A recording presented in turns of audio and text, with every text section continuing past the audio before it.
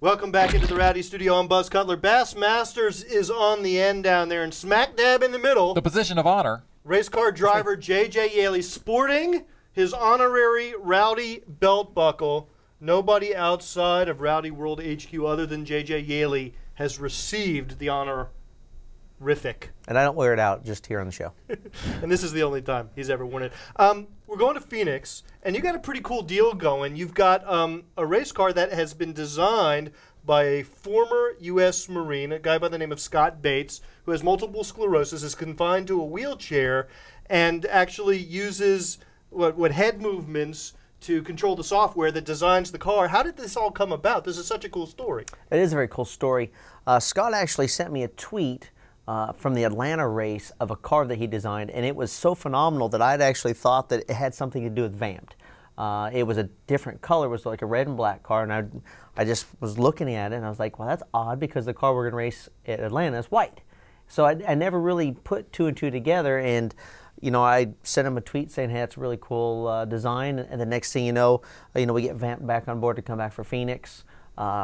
A writer out of Phoenix, Arizona had picked up on his story because he had done some other designs for cars that people, same kind of situation, thought that it was more formal, that it was, he had actually designed a car what he thought that Kevin Harvick's Budweiser car was going to look like. So someone thought that was the actual design. That design had been leaked, and it was just a guy who was... He was so good that his designs were clearly professional. He has a passion for doing car designs, and so it started from there. With Vamped, they're going to have a huge presence in Phoenix. The story just kind of got running around, and next thing you know, he's got a shot. They gave him, full disclosure to do whatever he wanted to as far as design. I know they went back, they made just a couple small tweaks, but for the most part, this was what you got to spell Vamped right. You can't misspell the product. There's no D in Vamped. No. And it's cool. I love the paint scheme because the stripes of the American flag sort of become racing stripes down towards the rear of the car. It's a very cool paint scheme, and it's part of Veterans Day as well. Scott being a former U.S. Marine, it's interesting the relationship that NASCAR has with the U.S. military. Why do you think it is that NASCAR has such a symbiotic relationship with the military and has this patriotic thread that runs through the sport? Well, because I think NASCAR, just like any other sport, it's as American as it gets. It's started in the South.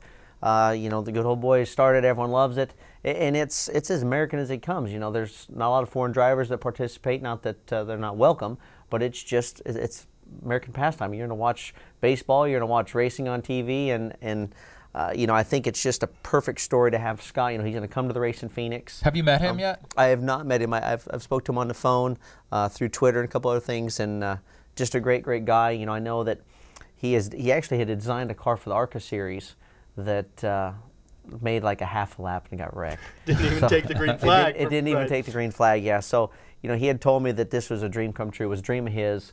He'd always designed cars, loved it, and it was his dream to get it onto a Sprint Cup car. And the fact that Front Row Motorsports and Vamped allowed this to happen, like you said, is a dream come true for him. Him and his entire family are going to come to Phoenix. So hopefully we give him a good run. That seems really cool. The other thing is, it seems like this guy could end up designing more race cars. I mean, one of the things he said was, I didn't want to just sit around when I ended up with multiple sclerosis that limited what I could do. I wanted to do something. He figured out something to do, and he's apparently very good at it. So. He is very good. And to see the renderings on the computer don't really do the thing justice. The design is phenomenal. To see the car in person, it's really cool. And like I said, his whole goal was to make a car that looked fast. So now it's my job to actually make it fast. Well, you got to figure out a way to get out front with this thing, man. What are you going to do? A little pit strategy? Come on, give us a window into the... I really, honestly, I don't know. Now that Phoenix has been reconfigured, that's tricky. There's a lot of unknowns. So, Front Row Motorsports did not go and do the open test. I know that even when we go back, there's a chance the tire might be a little bit different. I know that the groove was very narrow. So they're giving us an extraordinary amount of practice time. I won't call it test time, but we have 4 hours of practice on Friday, which is a lot more than what we usually get. So hopefully we can take that time and use it to our advantage. Hopefully, being a hometown boy, that'll help me out a little bit. When you've got a story like this behind your race car and a paint scheme like this, does it do anything for you? Does it give you like an extra bounce in your step? Does it give you any more energy behind the wheel, or is it just you don't even really worry about that? You're just focused on your job. No, I mean it does definitely give you a little bit more determination. Going to Phoenix, Arizona, where I'm from, All those factors just make you want to run that much harder. So, I'm going to make sure that Jay Guy knows that, and he works extra hard to make sure that I have a good race car. Not that those guys don't give 100% every time we go to the racetrack. So it would be the perfect situation to go out there. Obviously we almost had an opportunity to win Atlanta with a little bit of weather. Got out front. If we could do something similar, use some pitch strategy, whatever it's going to take. With the car being locked in the top 35 in points, helps a bunch because we can spend a lot more time making sure we can work on a race setup and not worry too much about qualifying. All right, it's J.J. Yeley. Look for the paint scheme of the vamped car at Phoenix. Very cool paint scheme for Bassmasters. Thanks for watching. Rowdy.com. Say it like it is. Say what like it is? Rowdy.com.